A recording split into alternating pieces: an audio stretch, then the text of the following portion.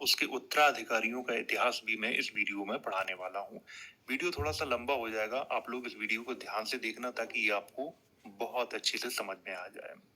सूर्यवंश का पूरा इतिहास आपको हुमायूं के बारे में, अगर आपने वो वीडियो नहीं देखा है तो उस वीडियो को देख लीजिए, क्योंकि जो प्रारंभिक इतिहास है वो मैंने उसी वीडियो में पढ़ाया हुआ है। तो वो वीडियो आप सबके लिए बहुत ही महत्वपूर्ण है, तो उस वीडियो को जरूर देखें। अगर आप लोग अपने नोट्स बनाना चाहते हैं तो डिस्क्रिप्शन बॉक्स में वेबसाइट की लिंक आपको मिल जाएगी, तो वहां से जाके बना सकते हैं। तो चलिए इस वीडियो की शुरुआत करते हैं और पढ़ते हैं शेरशाह सूरी और उसके उत्तराधिकारियों का इतिहास। वीडियो की शुरुआत यहाँ से करेंगे, शेरशाह सूरी का इतिहास। शेरशाह सूरी का जन्म 1486 ईस्वी में नरनौल हरियाणा या 1472 ईस्वी में सासाराम बिहार में हुआ था। मैं यहाँ पर थोड़ी सी चर्चा करना चाहता हूँ। देखिए, जन्म के संबंध में इतिहासकार एक मत नहीं है। कुछ इतिहासकार मानते हैं कि हरियाणा में हुआ था, कुछ इतिहासकार मानते हैं पंजाब में हुआ था, कुछ इतिहासकार मानते हैं कि बिहार में हुआ था।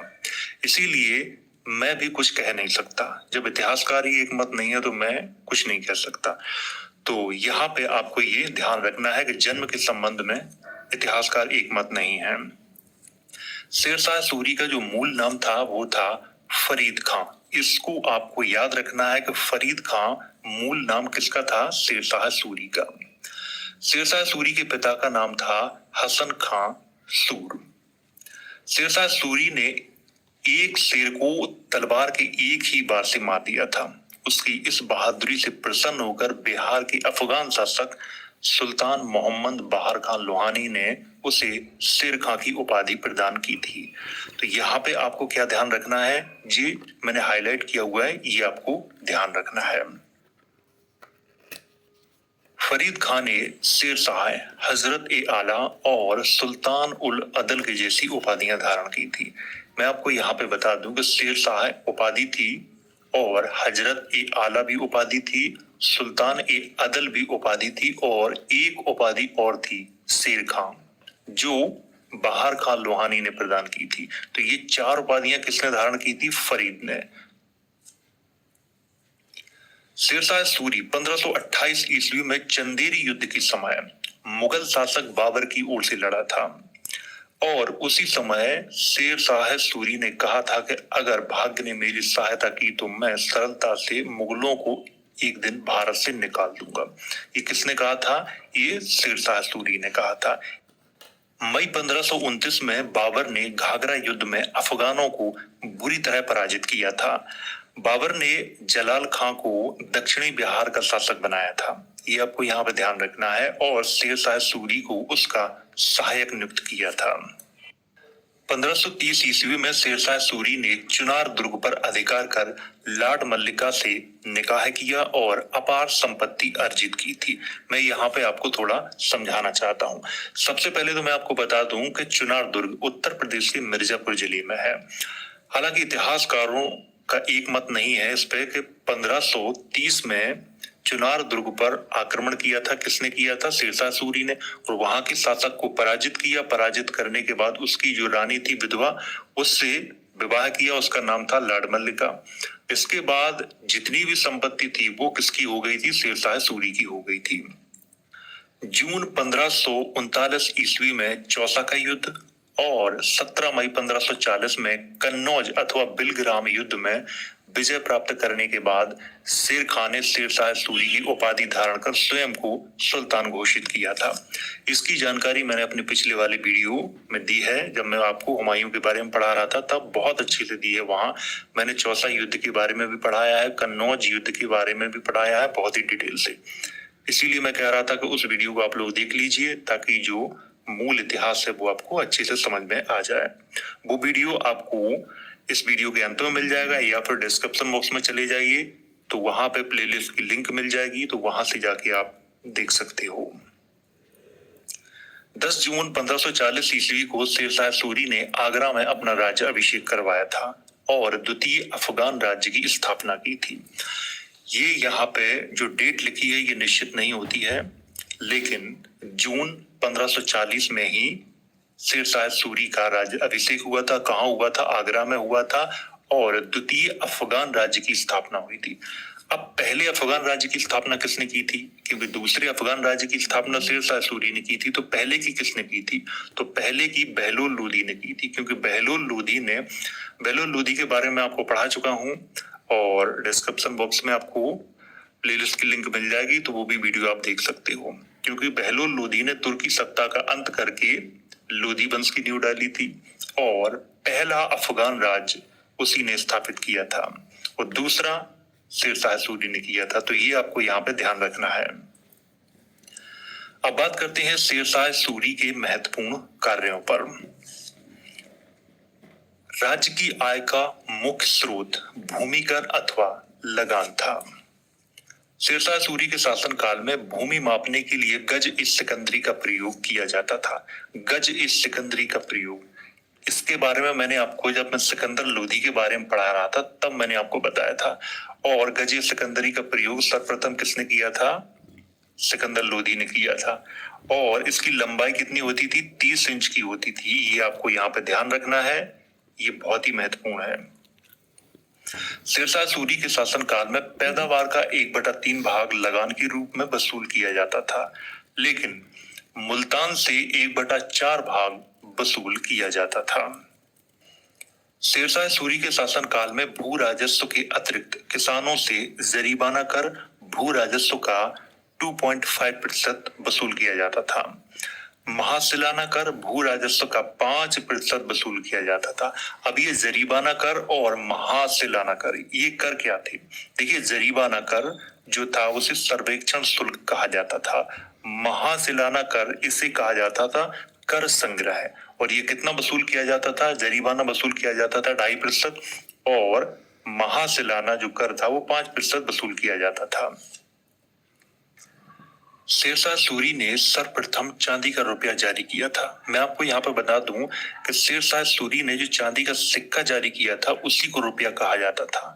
और आज हम जो रुपया कहते हैं उसका जो प्रचलन है वो शेरशाह सूरी के शासनकाल से हुआ था। इस बात को आपको ध्यान रखना है बहुत अच्छे से। जो सोने का सिक्का होता था उसको असरफी या फिर अशरफ कहा जाता था और जो तांबे का जो सिक्का होता था शेरशाह सूरी के शासनकाल में जो आम लोगों के लिए प्रचलित था उसे दाम कहा जाता था। शेरशाह सूरी के शासनकाल में आम नागरिकों के लिए का दाम नामक सिक्का जारी किया गया था। शेरशाह सूरी के शासनकाल में सिक्के ढालने की 23 टकसालें थी। शेरशाह सूरी ने सर्वप्रथम सड़कों एवं सरायों का निर्माण करवाया, जिसमें पहली सड़क बंगाल से आगरा, दिल्ली अच्छा खाना खा के और लाहौर तक जाती थी। इसी सड़क को सड़क ए आजम या शेरशाह सूरी मार्ग के नाम से जाना जाता था। British governor general Lord Auckland ने इसी सड़क को ग्रैंड ट्रंक रोड कहकर पुकारा था। तो यहाँ पर मैं थोड़ी सी चर्चा करना चाहता हूँ इस सड़क के बारे में। वैसे तो इतिहासकार लिखते हैं कि इस सड़क का जो निर्माण है ग्रैंड ट्रंक रोड का किसने करवाया था? शेरशाह सूरी ने। लेकिन ये पूर्णतः सच नहीं है। इसका उल्लेख मौर्य काल में चंद्रगुप्त मौर्य के समय में भी मिलता है। तो उस समय कच्ची सड़क का जो निर्माण था वो चंद्रगुप्त मौर्य ने करवाया था। इसके बाद पुनर्निर्माण शेरशाह सूरी ने करवाया था। इसके बाद फिर से निर्माण किसने कराया था?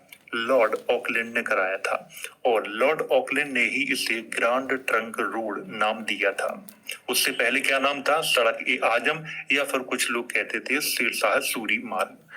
और ये सड़क बंगाल के सुनार गांव जो कि आधुनिक बांग्लादेश में है वहां से शुरू होती थी। कलकत्ता, बर्धमान, आसनसोल, धनबाद, सासाराम, वाराणसी, प्रयागराज, कानपुर, कन्नौज, एटा, अलीगढ़, गाजियाबाद, दिल्ली, पानीपत, करनाल, कुरुक्षेत्र, अंबाला, लुधियाना, जालंधर, अमृतसर, अटारी, लाहौर, रावलपिंडी, पेशावर, खैबर दर्रा, काबुल तक जाती थी। ये सड़क बहुत बड़ी थी, इसीलिए इसको बहुत अच्छे से आपको याद रखना है।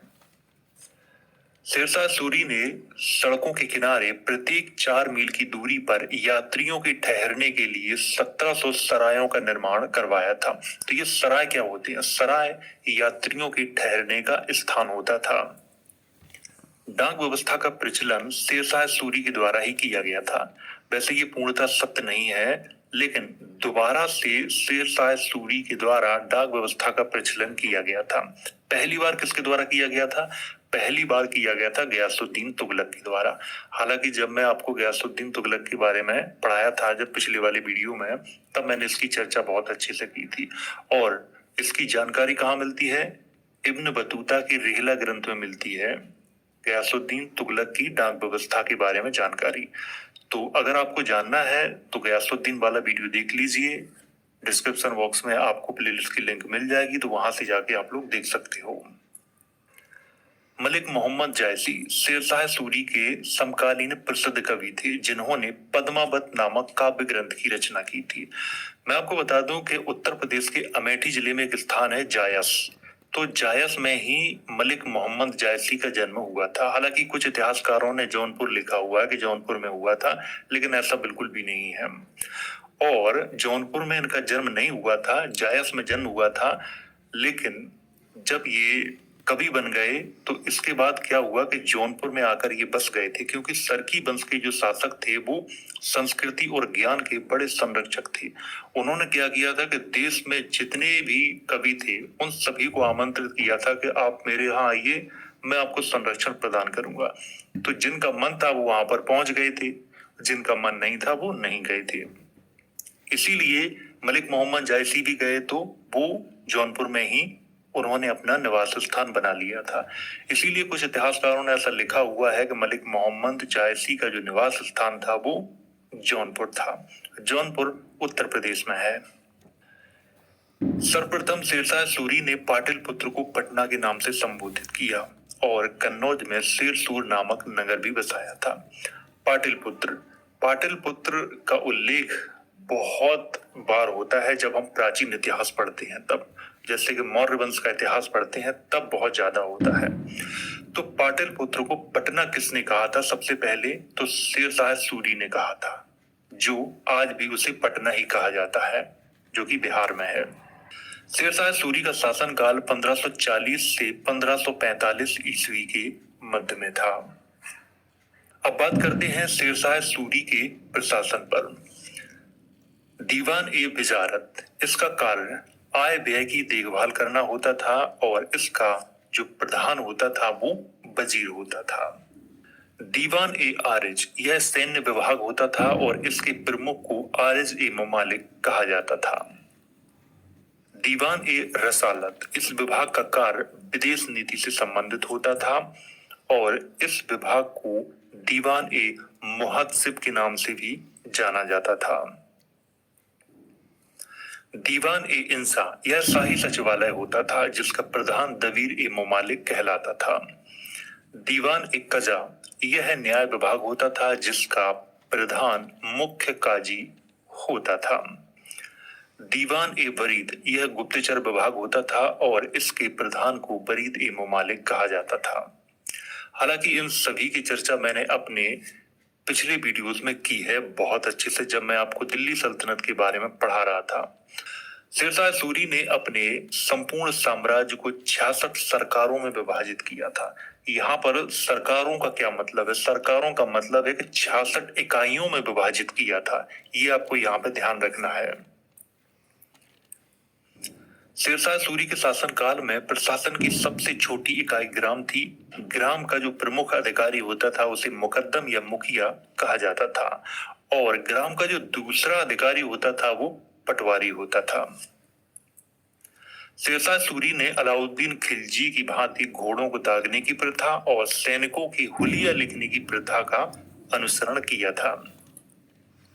शेरशाह सूरी प्रत्येक बुधवार को स्वयं न्याय के लिए बैठता था। इसके अतिरिक्त मुख्य काजी और मीर अदल नामक अधिकारी भी न्याय किया करते थे।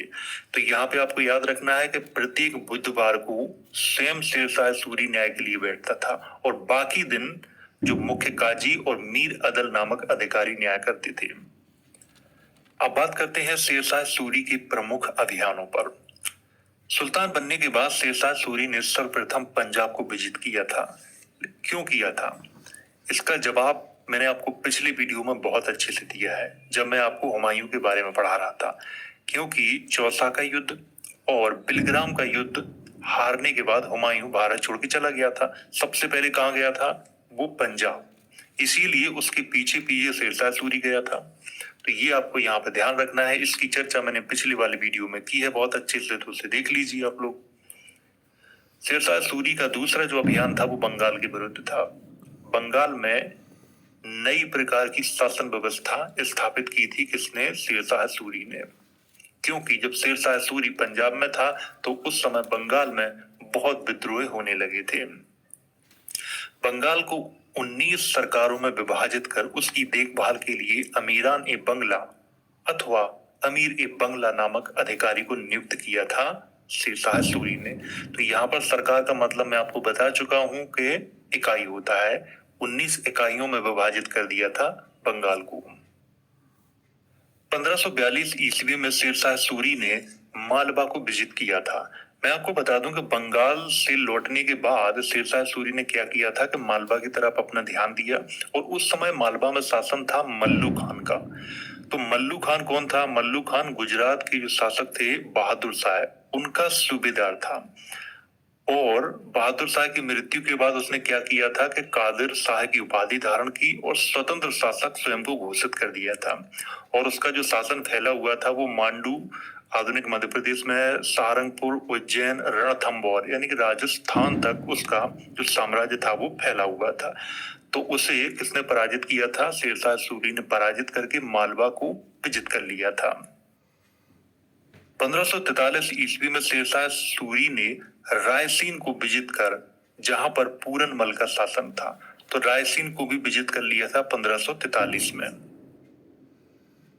1543-44 ईस्वी में शेरशाह सूरी ने मारवाड़ के शासक मालदेव के विरुद्ध अभियान किया और इस युद्ध में भी शेरशाह सूरी की विजय हुई थी। और जो पूरा जो साम्राज्य था मारवाड़ का, उसकी जो शासन व्यवस्था थी तो वो किसको सौंप दी थी? ख्वास खां को और ईसा खां को। कोई दूर रह के भी ऑनलाइन आरती अटेंड कर रहा। इसके बाद शेरशाह सूरी चित्तौड़ की ओर प्रस्थान कर गया था।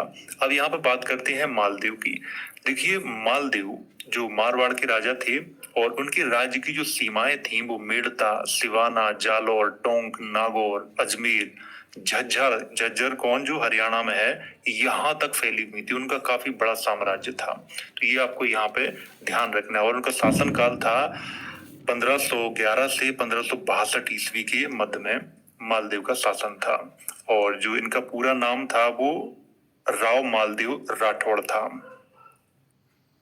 1544 ईस्वी में शेरशाह सूरी ने चित्तौड़ के शासक राणा उदय सिंह के विरुद्ध अभियान किया, किंतु राणा उदय सिंह ने बिना युद्ध किए ही आत्मसमर्पण कर दिया था। शेरशाह सूरी ने चित्तौड़ का जो शासन था वो शमशेर खां, मियां अहमद और हुसैन खां को सौंपकर कालिंजर की ओर प्रस्थान कर गया था। तो यहाँ पर भी थोड़ी सी चर्चा कर लेते हैं। मैं आपको बता दूं कि राणा उदय सिंह, इनका नाम आप लोगों ने जरूर सुना होगा। राणा उदय सिंह द्वितीय इनका नाम था और इनका शासन काल था 1540 से 1572 के मध्य में था इनका शासन। और इनके पिता का नाम था राणा संग्राम सिंह, जिन्हें इतिहास में राणा संगा के नाम से जाना जाता है। और इनकी माता का नाम था रानी कर्णावती, कहीं कहीं रानी कर्मवती भी लिखा हुआ है। और ये रानी कर्मवती बूंदी के राजा हाड़ा की पुत्री थी और महाराणा प्रताप राणा उदय सिंह के ही वंशज थी। हालांकि इनके बारे में मैं आगे वीडियो बनाऊंगा तो उसमें बहुत डिटेल से चर्चा करूंगा, तभी मैं आपको उसी वीडियो में पूरी जो जानकारी है मैं वो दूंगा। यहाँ पर तो नाम आया इसीलिए मैंने यहाँ पर थोड़ी सी चर्चा कर ली है। मई 1545 ईस्वी में शेरशाह सूरी ने कालिंजर के शासक कीरत सिंह चंदेल के विरुद्ध अभियान किया था। इसी अभियान के दौरान शेरशाह सूरी की मृत्यु एक आग्नेय शास्त्र के द्वारा हो गई थी। शेरशाह सूरी का यह अंतिम अभियान था। यहाँ पर कर लेते हैं थोड़ी सी चर्चा। मैं आपको पहले ही बता दूं कि कालिंजर कहाँ है? बुंदेलखंड में है। और जिस समय शेरशाह सूरी ने वहां पे आक्रमण किया था उस समय कीरत सिंह चंदेल वहां के राजा थे। शुरुआत में शेरशाह सूरी को सफलता नहीं मिली। शेरशाह सूरी विवश हो गया और उसने अपने सिपाहियों को आदेश दिया कि दीवारों पे बारूद से हमला करना शुरू कर दो।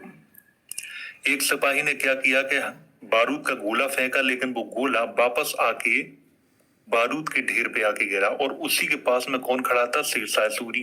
बुरी तरह जल गया था शेरशाह सूरी। ये बात है 12 या 13 मई 1545 की। बहुत अधिक बीमार हो गया और 22 मई 1545 को उसकी मृत्यु हो गई थी। शेरशाह सूरी का मकबरा सासाराम में झील के बीच में है। ऊंचे टीले पर निर्मित किया गया है। शेरशाह सूरी का मकबरा हिंदू मुस्लिम संस्कृति का समन्वय माना जाता है। शेरशाह सूरी का मकबरे का जो निर्माण है वो 1545 ईस्वी में किया गया था और उस समय दिल्ली का शासक कौन था? इस्लाम शाह, जो शेरशाह सूरी का पुत्र था। और इंडो इस्लामिक वास्तुकला का उदाहरण भी माना जाता है ये शेरशाह सूरी का मकबरा। आपको सामने दिखाई दे रहा है, आप लोग देख सकते हो, यही है शेरशाह सूरी का मकबरा। और ये कहाँ है? बिहार के सासाराम में है ये। अब बात करते हैं शेरशाह सूरी के उत्तराधिकारियों पर। शेरशाह सूरी के दो पुत्र थे, एक का नाम था आदिल खान और दूसरे का नाम था जलाल खान। शेरशाह सूरी ने अपने बड़े पुत्र आदिल खान को अपना उत्तराधिकारी नियुक्त किया था, किंतु भोग विलासी होने के कारण अमीरों ने आदिल खान की जगह जलाल खान को सुल्तान बना दिया था। 25 मई 1545 ईस्वी को जलाल खान ने इस्लाम शाह की उपाधि धारण कर गद्दी प्राप्त की और इसके बाद इस्लाम शाह ने कालिंजर के जो राजा कीरत सिंह चंदेल थे उनकी हत्या कर दी थी, क्योंकि उसे ऐसा लगता था कि मेरे पिता की मृत्यु कीरत सिंह चंदेल की वजह से ही हुई है, इसीलिए उसने कीरत सिंह चंदेल की हत्या कर दी थी। नवंबर 1553 ईस्वी में इस्लाम शाह की मृत्यु हो गई थी। उसे सासाराम में पिता शेरशाह सूरी के मकबरे के निकट ही दफनाया गया था।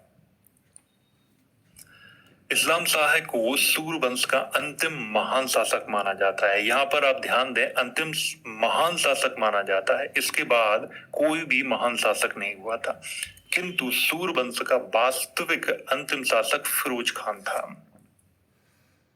इस्लाम शाह के बाद फिरोज खान शासक हुआ, किंतु 3 माह बाद उसकी हत्या उसके मामा मुबारक खान ने कर गद्दी पर स्वयं अधिकार कर लिया था।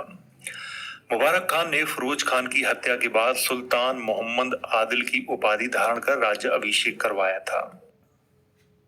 मोहम्मद आदिल शाह सूर संगीत का बड़ा प्रेमी था। मोहम्मद आदिल शाह के शासनकाल में राज्य की संपूर्ण शक्ति हैमू नामक एक बनिया के हाथों में थी।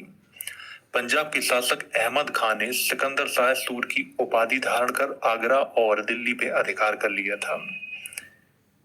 22 जून 1555 ईस्वी को सरहिंद का युद्ध हुमायूं और सिकंदर शाह सूर के मध्य में हुआ था, परंतु इस युद्ध में हुमायूं की विजय हुई और हुमायूं ने 23 जुलाई 1555 ईस्वी को दिल्ली में प्रवेश किया और दोबारा से मुगल वंश की स्थापना की।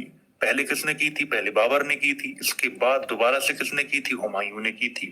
और सरहिंद में जो युद्ध हुआ था उस युद्ध को जीतने की बात की थी। हालांकि इसकी चर्चा अपने पिछले वाले वीडियो में मैंने की है, इसीलिए मैं बार बार कह रहा हूं कि उस वीडियो को देख लीजिए। जो प्रारंभिक जो जानकारी है वो आपको उसी वीडियो में मिल जाएगी। तो ये तो था सूर वंश का इतिहास, जिसमें मैंने शेरशाह सूरी और उसके उत्तराधिकारियों का इतिहास पढ़ाया। अगर आपको लगता है कि इस वीडियो में कुछ कमी है, कुछ छूट गया है, तो आप मुझे कमेंट करके बता सकते हैं।